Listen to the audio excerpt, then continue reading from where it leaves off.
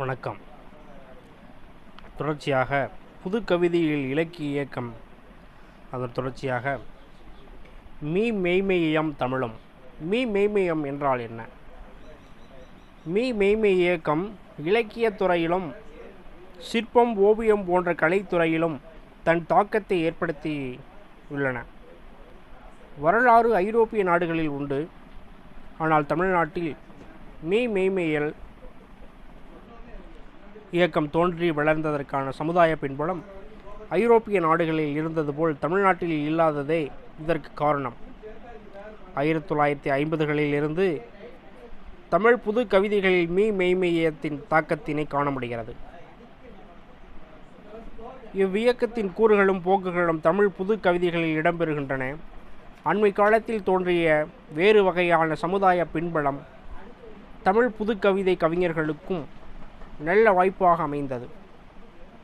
அதனையொட்டி தமிழ் புது கவிதைகளில் மீ மெய்மெய் இயக்கத்தின் கூறுகளும் போக்குகளும் தோன்றி வளரப்பெற்றன. பிரெஞ்சு புரட்சியை போன்று இந்திய விடுதலை போரும் சில விடுதலை போராட்ட வீரர்களால் பின்வருமாறு விவரிக்கப்படுகின்றது.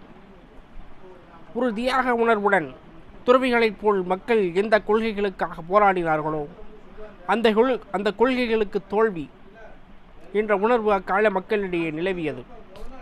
இந்திய மக்களுக்கும் பிரிட்டிஷ் அரசாங்கத்தாருக்கும் இடையில் ஏற்பட்ட உடன்படிக்கையுடனும் பாகிஸ்தான் பிரிவினையுடனும் அதைத் தொடர்ந்து காந்தியின் கொலையுடன் இந்திய விடுதலை போர் முடிவடைந்தது. அரசியல் விடுதலை மட்டும் பெற்றோம். ஆனால் சுதந்திர நாட்டின் அரசியல் பிரிட்டிஷ் அரசியலின் மறு பதிப்பாக இருந்தது. குடியாட்சி என்ற பெயரில் பெரும் முதலாளி வர்க்கத்தின் அதிகார அமைப்பு இந்தியாவில் அமைக்கப்பட்டது. இவ்வதிகார அமைப்பின் கீழ் நடுத்தர வர்க்கத்தினருக்கும் ஏழை மக்களும் பொருளாதார மற்றும் பிற துறைகளில் பெரும் துன்பங்கள் அனுபவிக்கிறார்கள். விடுதலைக்கு பிறகு பிற இலட்சிய நாடு ஒன்றை ஆவலுடன் எதிர்பார்த்து அது கிடைக்காததால் விடுதலைக்கு பிறகு வெளியான இலக்கிய படைப்புகளில்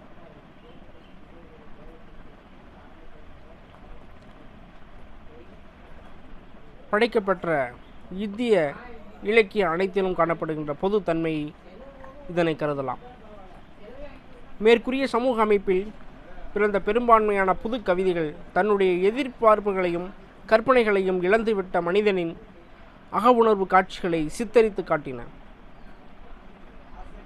இக்கவிதைகளை எழுதிய கவிஞர்களில் பலர் நடுத்தர வர்க்கத்திலிருந்து வந்தவர்களாதல் தங்களை சுற்றியுள்ள சமுதாயத்தை கவலையுடனும் ஏக்கத்துடனும் பார்ப்பதை அவர்களால் தவிர்க்க முடியவில்லை. அவர்கள் தங்களின் உணர்வுகளுக்கு ஓர் உருவம் கொடுத்தார்கள். இக்காலகட்டத்தில் வாழ்க்கையின் மன ஓலங்கள் கவிதை என்னும் திரையில் வண்ண காட்சியாக விரிந்தன.